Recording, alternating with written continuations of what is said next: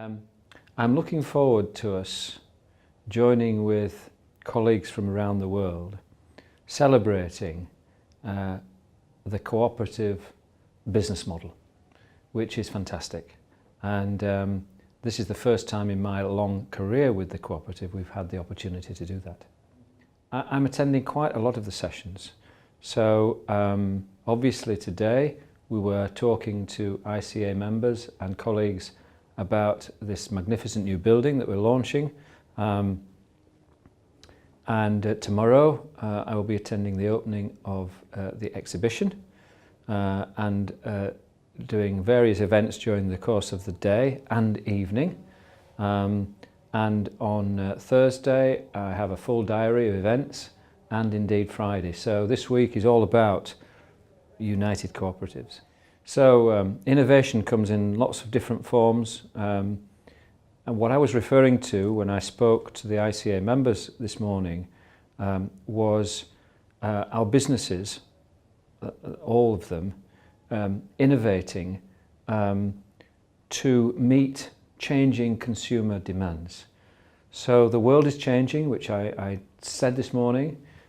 Technology is having a major impact on the way consumers behave and shop, and we as an organisation have to stay ahead of the consumer behaviours and changing patterns of behaviour in order to get our share of the market.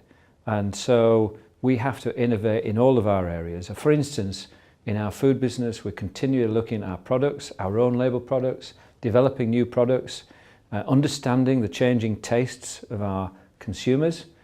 In our bank, we continue to lead the field on many different aspects of banking. And so in all of our businesses, we're having to innovate in terms of product and satisfying changing consumer demand. But also we innovate in other ways. We are leaders in the field of sustainability. So this building that we've developed here is one of the greenest buildings in Europe, and that's not just me saying it, that is the external agencies who measure these things, they're saying that. And that is designed to improve our efficiency, and particularly in energy usage and carbon footprint, which is great for our business because it saves costs, but it also is great for the planet because we're using less carbon and therefore contributing to climate change and improving what's happening in climate change. So all around the organisation, and we're a large and complex business, there are many, many examples of innovation, and businesses who don't innovate will eventually not exist. What drives this business is the owners, as in the case in most businesses, and we have 7 million members, many of whom are what we call active members, who get involved in the governance of the business and join our regional committees and regional boards and in fact our group board. And my role as chief executive is to listen to the demands of our members and try to fulfil them in a commercial way. And so our strategy is very much guided by what our members are looking for. And they're looking for two things. They're looking for us to be a commercial success. In other words, we have to generate sales and profit. But they're also looking for more than that. They're looking for us to deliver on what we call our social goals, our social purpose. And so we are very different to a normal PLC who are there just to improve shareholder value. We have different objectives. So yes, we have to be commercial, we have to make a profit, but we also have to ensure that we are contributing to society generally. And there are lots of ways that we do that. I've mentioned climate change, but young people is another very important area that our members are concerned about. And that's providing employment for young people, opportunities for young people, education for young people, and And that's, you know, part of our social goals. Community and getting involved in communities, helping communities is another area that we are very strong in.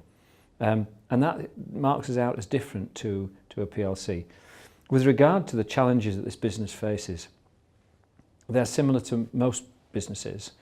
We operate in very competitive markets, and we compete against very substantial, strong businesses, the likes of Tesco, of Barclays Bank, and many other big multinational businesses. So we have to be as efficient as they are in order to compete.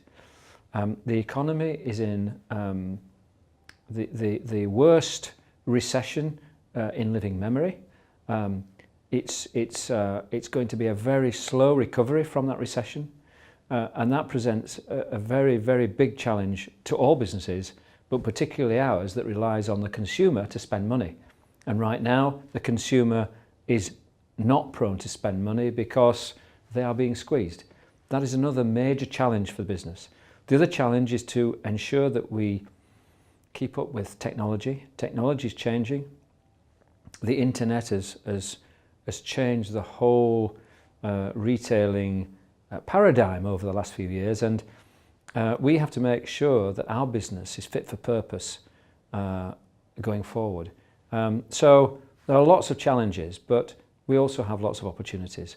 And the biggest opportunity is the way that consumers have lost trust in large businesses, corporates, and particularly financial services. And we are expanding our bank, and we're expanding it at the right time because consumers are demanding a different kind of business model, one that isn't just interested in maximising profit, but is interested in contributing to the economy, but also to society generally. And that's our business model. So we have some great opportunities over the next few years. We have to make sure that we are fit to take full opportunity to maximise the change in consumer behaviour. Anything that, you know, gets us into the public